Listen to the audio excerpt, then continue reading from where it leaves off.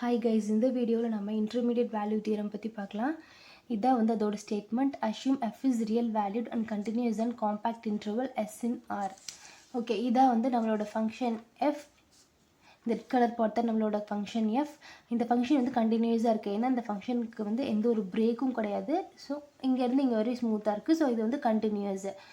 இன் compact interval S இன் ஆர்னு இருக்குது. Sorry, compact இன்டர்வல்னும் போது நம்ம வந்து ஒரு இன்டர்வல் எடுத்துக்கோல. இப்போ சப்போஸ் ஆல்ஃபா பீட்டாக்குள்ளே நம்மளோட ஃபங்க்ஷன் எக்ஸிஸ்ட் ஆகிருக்கு அப்படின்னா நம்மளோட அந்த இன்டர்வல் வந்துட்டு நம்ம கேபிட்டல் எஸ்ன்னு டினோட் பண்ணியிருக்கேன். ஆல்ஃபா கமா பீட்டாவை நம்ம எஸ்ன்னு சொல்லிட்டு டினோட் பண்ணிக்கலாம்.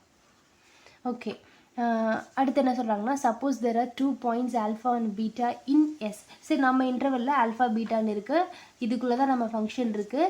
நெக்ஸ்ட்டு வந்துட்டு ஆல்ஃபா வந்து லெஸ் தென் பீட்டான்னு இருக்குது. ஸோ இதோட மீனிங் என்ன அப்படின்னா, சப்போஸ் ஆல்ஃபாவோட வேல்யூ 1, அடுத்து வந்து 2 சம் பாயிண்ட் 3 4, அடுத்து பீட்டாவோட வந்து 5ன்னு சொல்லிட்டு எடுத்துக்கலாம். சரி, கண்டிப்பாக வந்து 5 வந்து 1 விட பெருசு தானே. ஸோ 1 வந்து 5 விட சிறுசு தான். ஸோ அதான் வந்துட்டு ஆல்ஃபா லெஸ் தென் பீட்டான்னு இருக்குது. அதே போல் f of alpha not equal to f of beta. இதோட மீனிங் என்னென்னா, நம்ம ஒய் ஆக்சிஸில் டச் பண்ணுற எஃப் ஆஃப் ஆல்ஃபாவும் எஃப் ஆஃப் பீட்டாவும் வந்துட்டு வெவ்வேறு பாயிண்டில் ஒய் ஆக்சிஸில் டச் ஆகிருக்கு. ஸோ அதனால தான் வந்துட்டு ரெண்டுமே நாட் ஈக்குவல்ட்டுன்னு சொல்லியிருக்காங்க. ஆனால் நம்ம இதே ரோல்ஸ் தியரமில் வந்துட்டு ரெண்டுமே வந்து சேம் பாயிண்டில் டச் ஆகிற மாதிரி நம்ம படித்தோம். அப்போ வந்து என்ன பண்ணோம்னா, ரெண்டுமே ஈக்குவல்ட்டுன்னு சொல்லிட்டு நம்ம எடுத்துக்கிட்டோம். இதே போல் மீன் வேல்யூ தியரமில் வந்து நாட் ஈக்குவல் டுவாக தான் இருக்கும். பொல்சானோ தியரம்லேயே வந்துட்டு அந்த இமேஜ் இந்த ஒய் ஆக்சிஸில் டச் ஆகிற பாயிண்ட் வந்துட்டு நாட் ஈக்குவல் டுவாக தான் இருக்கும். அடுத்து வந்துட்டு then f takes every value between f of alpha and f of beta in interval alpha comma beta. So okay, இதோட மீனிங் என்ன அப்படின்னா, இப்போது ஒரு கார் வந்து ஒரு குறிப்பிட்ட டிஸ்டன்ஸை குறிப்பிட்ட டைமில் வந்துட்டு ட்ராவல் பண்ணுது. இப்போது நம்ம எக்ஸஸ் வந்து எக்ஸ் ஆக்சிஸ் டைமாகவும் ஒய் ஆக்சிஸ் வந்து டிஸ்டன்ஸாகவும் எடுத்துக்கலாம். ஃபஸ்ட்டு 2 மினிட்ஸில் அது 3 கிலோமீட்டர், 4 மினிட்ஸில் ஒரு 5 கிலோமீட்டர் எக்ஸெட்ரா ஒரு 10 மினிட்ஸில் வந்துட்டு 10 கிலோமீட்டர் வந்துட்டு அந்த கார் வந்து ரீச் பண்ணியிருக்கு. ஓகே, இப்போது நம்ம வந்து ஸ்டார்டிங்கில் இனிஷியலாக 3 கிலோமீட்டர்லேருந்து ஃபைனலாக 10 கிலோமீட்டர் வரை ரீச் பண்ணியிருக்கோம். சரி, இப்போ ஒரு கொஷின் என்ன அப்படின்னா, இப்போ நம்ம ஒரு 5 கிலோமீட்டர் ரீச் பண்ணியிருக்கோம் அப்படின்னு கேட்டோம்னா கண்டிப்பாக பண்ணியிருக்கோம் இல்லையா? ஏன்னா அந்த 3 to 10க்குள்ளே தான் அந்த 5ன்ற வேல்யூவும் இருக்குது. ஸோ 5 கிலோமீட்டரை ரீச் பண்ணியிருப்போம். அதே போல் 7 கிலோமீட்டர் ரீச் பண்ணியிருப்போம்னா கண்டிப்பாக பண்ணியிருப்போம். ஏன்னா அதுவும் 3 to 10க்குள்ளே தான் இருக்கும். சேம் அதே மாதிரியே 9 கிலோமீட்டரும் அதே மாதிரி தான் 3 to 10க்குள்ளே தான் இருக்குது. ஆனால் 11 கிலோமீட்டர்னு வரும்போது கண்டிப்பாக கிடையாது. ஏன்னா நம்ம ஃபைனலே வந்துட்டு 10 தான், அதுக்கு மேலே நம்ம ட்ராவல் பண்ணல. ஸோ இப்போ 11 கிலோமீட்டர் வந்து எக்ஸிஸ்ட் ஆகிருக்கான்னா கிடையாது. இப்போ இன்டர்மீடியட் வேல்யூ தியரம் என்ன சொல்லுது அப்படின்னா, நம்மளோட அந்த இன்டர்வல்குள்ளே நம்ம பாயிண்ட்ஸ் வந்துட்டு என்ன வேணாலும் இருக்கலாம். ஸோ நம்ம சொல்யூஷன் வந்துட்டு எதா வேணாலும் இருக்கலாம். ஆனால் நம்ம சொல்யூஷன் இதுதான் நம்மளால் சொல்ல முடியும். இந்த இன்டர்வலுக்குள்ளே நம்ம சொல்யூஷன் இருக்குதுன்னு சொல்லிட்டு நம்மளால் சொல்ல முடியும். ஆனால் அந்த சொல்யூஷன் எப்படி வந்ததுன்னா இன்டர்மீடியட் வேல்யூ தியரம் வந்துட்டு சொல்லாது. இருக்கா இல்லையா அப்படின்றத மட்டும் நம்மளால் இன்டர்மீடியட் வேல்யூ தியரமில் கன்ஃபார்ம் பண்ணிக்க முடியும். ஸோ அந்த ஸ்டேட்மெண்ட்டோட மீனிங் என்ன அப்படின்னா, f takes every value between alpha and beta அப்படின்னா நம்மளோட அந்த ஃபங்க்ஷனுக்குள்ளே நம்ம எஃப் வேல்யூ வந்து என்ன வேணாலும் சாரி, அந்த ஆல்ஃபா கமா பீட்டான்ற இன்டர்வலுக்குள்ளே நம்ம வேல்யூ வந்து என்ன வேணாலும் இருந்துக்கலாம். அதான் வந்து நம்மளோட சொல்யூஷனாக இருக்கும். இன்டர்வலுக்கு மேலே இருக்கிறதுல சொல்யூஷன் கிடையாது. இந்த இன்டர்வலுக்குள்ளே இருக்கிற எந்த பாயிண்ட்ஸ் வேணாலும் சரி நம்மளோட சொல்யூஷனாக வந்துட்டு இருக்கலாம். சரி, இதை எப்படி ப்ரூஃப் பண்ணுறதுன்னு பார்க்கலாம். நம்ம ப்ரூஃபை வந்துட்டு ஒரு எக்ஸாம்பிளோட பார்க்கலாம், அப்போ நம்மளுக்கு ஈஸியாக புரியும். ஓகே, இப்போ வந்து நம்ம இப்படி இருந்த ஃபங்க்ஷனை வந்து நான் ஜஸ்ட்டு நெகட்டிவ்லேயும் கொண்டு போயிருக்கேன். அதாவது பாசிட்டிவும் இன்க்ளூட் பண்ணியிருக்கோம், நெகட்டிவும் இன்க்ளூட் பண்ணியிருக்கோம். அப்போ வந்து நம்மளுக்கு ப்ரூஃப் பண்ணுறதுக்கு ஈஸியாக இருக்கும். ஏன்னா நம்ம வந்து பல்சானோ தியரம் யூஸ் பண்ண போகிறோம். அதில் வந்துட்டு பாசிட்டிவ் ஆக்சிஸ்லேயும் கர்வ் இருக்கும், நெகட்டிவ் ஆக்சிஸ்லேயும் ஃபங்க்ஷன் இருக்கும் இல்லையா? ஸோ அதே மாதிரி அதனால் நம்மளும் எடுத்துக்கிறோம். ஓகே, இப்போ வந்து let k be a number such that f of alpha less than k less than f of beta. சரி, ஃபஸ்ட்டு எது ஆல்ஃபா எது பீட்டான்னு பார்க்கலாம். சரி, இந்த ஃபங்க்ஷன் வந்து x to the power 5 minus 2x cube minus 2 in 0,2. So இந்த 0,2 தான் வந்துட்டு ஆல்ஃபா பீட்டா. ஓகே, ஃபஸ்ட்டு இது 0, இது ஆல்ஃபா. ஸோ சம் பாயிண்ட் 1, இது 2, இதுதான் பீட்டா. ஓகே, கர்வ் வந்துட்டு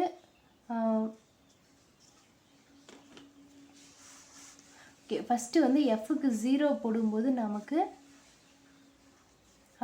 எக்ஸுக்கு பதிலாக 0 போடும்போது -2 கிடைக்கும். அடுத்து 2 போடும்போது எக்ஸுக்கு பதிலாக 2 போட்டோம்னா நமக்கு 14 கிடைக்கும். சரி, அதை வச்சு நம்ம கிராஃப் ப்ளாட் பண்ணலாம். ஸோ எக்ஸுக்கு 0 போடும்போது நமக்கு ஒயில் வந்து -2ல் டச் ஆகுது. ஸோ இது -1, இது -2. அதே போல் எக்ஸுக்கு நம்ம 2 சப்ஸ்டியூட் பண்ணும்போது ஒய்யோட வேல்யூ 14ல் இருக்குது. ஸோ அப்போ இந்த 0 ஆல்ஃபா, 2 வந்துட்டு பீட்டா, இந்த -2 தான் வந்துட்டு எஃப் ஆஃப் ஆல்ஃபா, 14 வந்துட்டு எஃப் ஆஃப் பீட்டா. ஓகே, இப்போ வந்து நம்ம ஆல்ரெடி பார்த்த மாதிரி தான் ஒரு கேன்ற ஒரு நம்பர் வந்து சூஸ் பண்ண போகிறோம் such that f of alpha less than k less than f of beta. Okay, இப்போ இந்த கேன்ற நம்பரை வந்து நம்ம எஃப் ஆஃப் ஆல்ஃபாவுக்கும் எஃப் ஆஃப் பீட்டாவுக்கும் நடுவில் எந்த நம்பர் வேணாலும் நம்ம கேன்னு சூஸ் பண்ணிக்கலாம் இல்லையா. நான் அந்த 0வை கேன்னு சூஸ் பண்ணிக்கிறேன். ஓகேவா? சரி, இது வந்து நம்ம எக்ஸாம்பிள், இது வந்து ப்ரூஃப். இது ரெண்டையும் நம்ம கன்ஃபியூஸ் பண்ணிக்க வேணாம், ஜஸ்ட் சைட் பை சைடாக போகலாம். ஓகே, அடுத்து வந்து நம்ம டிஃபைன் அ real valued function G. Okay, நம்ம வந்து புதுசாக ஒரு ஃபங்க்ஷன் வந்து டிஃபைன் பண்ணிக்கலாம்.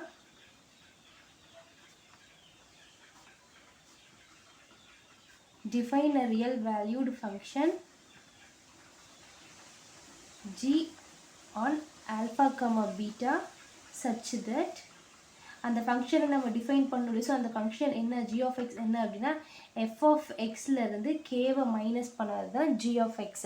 ஓகே, இப்போது நமக்கு வந்து f வந்து கண்டினியூஸ்ன்னு சொல்லி ஸ்டேட்மெண்ட்லேயே கண்டினியூஸ்னு இருக்குது. f is continuous and compact இன்டர்வல்னு இருக்குது. ஸோ எஃப் ஃபங்க்ஷனே கண்டினியூஸாக இருக்கும்போது எஃப்லேருந்து எடுத்த ஜீன்ற ஃபங்க்ஷனும் கண்டினியூஸ் தான். Then g is continuous on alpha comma beta. ஏன் அப்படின்னா எஃப்ஏ கண்டினியூஸ், ஸோ ஜியும் வந்துட்டு continuous. Also g of alpha. சரி, எக்ஸுக்கு பதிலாக ஒரு கோஆர்டினேட் இருக்கு இல்லையா, ஆல்ஃபா கமா பீட்டான்னு. சரி, எக்ஸுக்கு பதிலாக ஃபஸ்ட்டு ஆல்ஃபா சப்ஸ்டியூட் பண்ணுவோம். G of alpha is equal to f of alpha minus k. அதே போல் எக்ஸுக்கு பதிலாக பீட்டா சப்ஸ்டியூட் பண்ணோம்னா எஃப் ஆஃப் பீட்டா மைனஸ் கேன்னு கிடைக்கும். சரி, இப்போ சைட் பை சைடாக நம்ம எக்ஸாம்பிளையும் பார்க்கலாம். ஓகே, இதே மாதிரி இதுலேயும் நம்ம வந்துட்டு ஜி ஆஃப் எக்ஸ் எடுக்கலாம் இல்லையா. ஸோ ஜி ஆஃப் எக்ஸ்னால் எப்படி எடுத்தோம்னா எஃப் ஆஃப் எக்ஸ்லேருந்து கேவை மைனஸ் பண்ணோம். சரி, எஃப் ஆஃப் எக்ஸ் என்ன, x to the power 5 minus 2x³ minus 2 minus of கேன்ற டேர்மை தான் நம்ம 0ன்னு எடுத்துகிட்டு 0 தான் நம்ம வந்து கேன்னு அஷ்யூம் பண்ணியிருக்கோம், மைனஸ் 0. ஸோ அப்போ ஜி ஆஃப் எக்ஸ் என்ன கிடைக்கும் அப்படின்னா x to the power 5 minus 2x³ minus 2. Okay, அடுத்து வந்துட்டு இங்கே வந்து நம்ம g of alpha g of beta கண்டுபிடிச்சோம்ல, இங்கேயும் வந்துட்டு நம்ம g of alpha g of beta பார்க்கலாம். சரி, ஜி ஆஃப் ஆல்ஃபா, ஆல்ஃபா வந்துட்டு 0 இல்லையா. ஸோ ஜி ஆஃப் 0 என்ன அப்படின்னா -2. இது எல்லாமே 0 ஆயிரும். அடுத்தது வந்துட்டு g of beta or g of 2. சரி, பீட்டான்றது 2 தானே. ஸோ 2 சப்ஸ்டியூட் பண்ணோம்னா நம்மளுக்கு ஜி ஆஃப் 2 வந்துட்டு 14ன்னு கிடைக்கும். ஓகே, இப்போ நம்ம பாருங்கள், ஜி ஆஃப் ஆல்ஃபா வந்துட்டு -2 இருக்கா, ஜி ஆஃப் பீட்டா வந்து +14 இருக்குது. அப்போ நம்ம என்ன எழுதலாம்னா g of alpha is equal to f of alpha minus k. இது வந்து லெஸ் தென் 0ன்னு எழுதிக்கலாம். ஏன் அப்படின்னா நம்மளுக்கு வந்து -2 கிடச்சது இல்லையா. ஸோ அதனால் லெஸ் தென் 0ன்னு எழுதிக்கலாம். அதே போல் ஜி ஆஃப் பீட்டா வந்துட்டு கிரேட்டர் தென் 0ன்னு எழுதிக்கலாம். ஏன்னா நம்மளுக்கு பாசிட்டிவில் ஆன்சர் கிடச்சிருக்கு. ஓகேவா? அடுத்தது வந்துட்டு இந்த ஜி ஆஃப் ஆல்ஃபாவும் ஜி ஆஃப் பீட்டாவும் நாட் ஈக்குவல் டு, ஏன்னு பார்த்தோம்னா -2வும் சரி 4 சரி ரெண்டுமே வந்து சேம் நம்பர் கிடையாது, டிஃப்ரெண்ட் நம்பர். ஸோ அதே போல் இங்கேயும் நம்ம வந்து கண்டிஷன் எடுத்துக்கலாம்.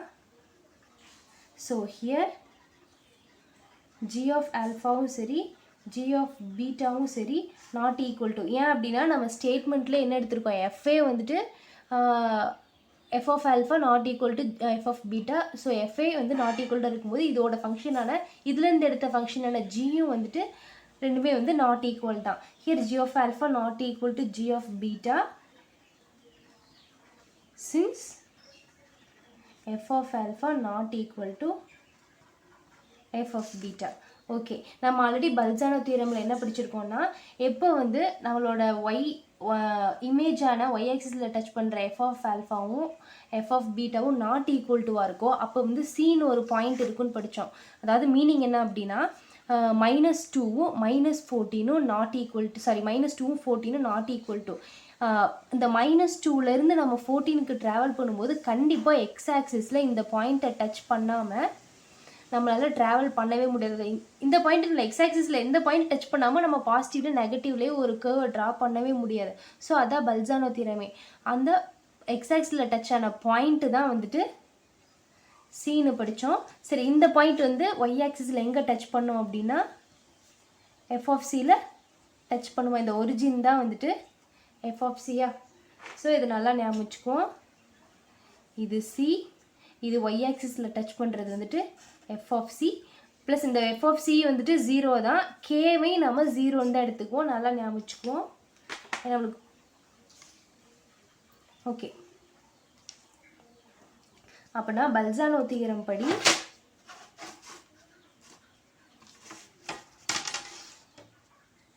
Okay then by Bolzano theorem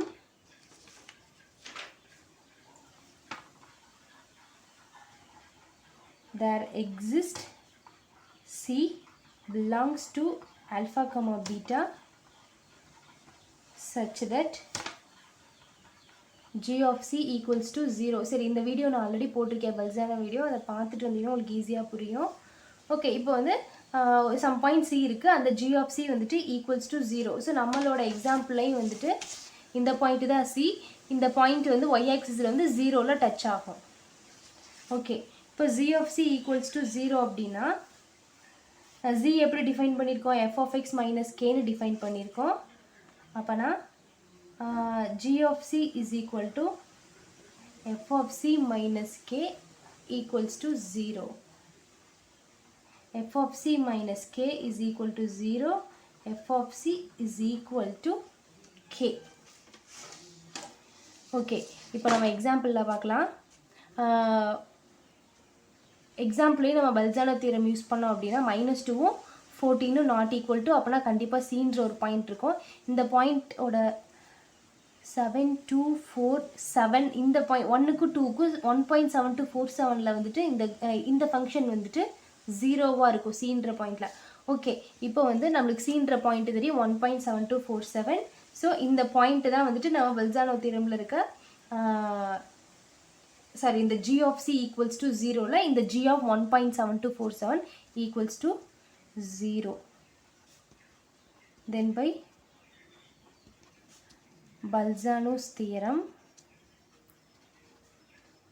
g of c equals to 0. இதில் நம்மளுக்கு இந்த cன்ற பாயிண்ட் என்னன்னா 1.7247ல தான் வந்து நமக்கு 0 ஆகுது. ஓகே, அப்போனா ஜியோட வேல்யூ 1.7247னா f of c minus k எழுதுனாலே, so 1.7247 minus k is equal to 0. f of 1.7247 is equal to k. இந்த k ஓட வேல்யூ தான் வந்துட்டு 0. ஸோ அப்போ நம்ம கிராஃபில் கரெக்டாக பார்த்தோன்னா இந்த f of 1.7247 வந்து 0ல் டச் ஆகிருக்கும். ஸோ இந்த இதான் வந்து 1.7247, இது வந்து இப்போ ஒரிஜினில் டச் ஆகிருக்கு. ஸோ f of c வந்துட்டு equals to 0. So f of cயும் சரி கேவும் சரி ரெண்டுமே ஈக்குவல் தானே, இதுவும் 0 அதுவும் 0. அதனால தான் நம்மளுக்கு ப்ரூஃபில் வந்துட்டு ரெண்டுமே வந்து ஈக்குவலாக கிடச்சிருக்கு. அப்போ நம்ம என்ன எழுதலாம்னா f takes value k at c in alpha comma beta. Okay, அப்படின்னா நம்மளுக்கான ப்ரூஃப் வந்துட்டு கிடச்சிருச்சு. எப்படின்னா நம்ம எடுத்துக்கிட்ட அந்த கேன்ற பாயிண்ட்டும் சரி அதாவது எஃப் ஆஃப் ஆல்ஃபாக்கும் எஃப் ஆஃப் பீட்டாக்கும் நடுவில் ஏதோ ஒரு பாயிண்ட் நம்ம 0 எடுத்துக்கிட்டோம் நம்ம கன்வீனியன்ட்டுக்காக. சரி, இந்த பாயிண்ட்டு வந்து கே, இது வந்து கேர்வில் வந்து எங்கே டச் ஆகுதுன்னா சீன்ற பாயிண்டில் டச் ஆகுது. இந்த சீன்ற பாயிண்ட்டு எந்த இன்டர்வலுக்கு நடுவில் இருக்குன்னா ஆல்ஃபாக்கும் பீட்டாக்கும் நடுவில் இருக்க இன்டர்வல். ஸோ எந்த பாயிண்ட் எடுத்தாலும் சரி, எஃப் ஆஃப் ஆல்ஃபாக்கும் எஃப் ஆஃப் பீட்டாக்கும் நடுவில் 0ன்னு இல்லை, எந்த பாயிண்ட் எடுத்தாலும் சரி அந்த பாயிண்ட் வந்து நமக்கு எக்ஸ் ஆக்சிஸில் வந்துட்டு ஆல்ஃபா கமா பீட்டான்ற இன்டர்வல்குள்ளே மட்டும்தான் இருக்கும். ஸோ இதுதான் வந்துட்டு இன்டர்மீடியட் வேல்யூ தியரம்.